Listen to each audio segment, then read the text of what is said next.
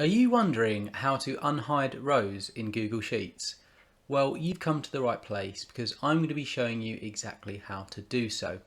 So we're going to start off, I've just added some dummy data here and I'm just going to hide them for you. So I've left clicked on the first row where there's some data and I'm going to scroll down holding shift and I'm going to hide them by right clicking and I'm going to go on hide rows.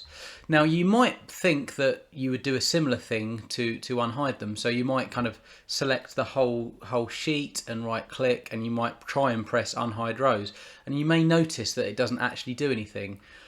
The way you do this and the way you unhide rows in Google Sheets is you look for these little kind of icons here and you simply left click on the bottom one and that will unhide them for you. So you're looking for those little icons, make sure you kind of click off and then click the down button and you'll see that that has revealed the rows.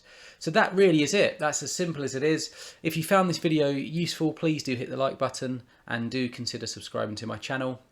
I've got a lot of videos on working in Google Sheets that you may want to check out while you're there.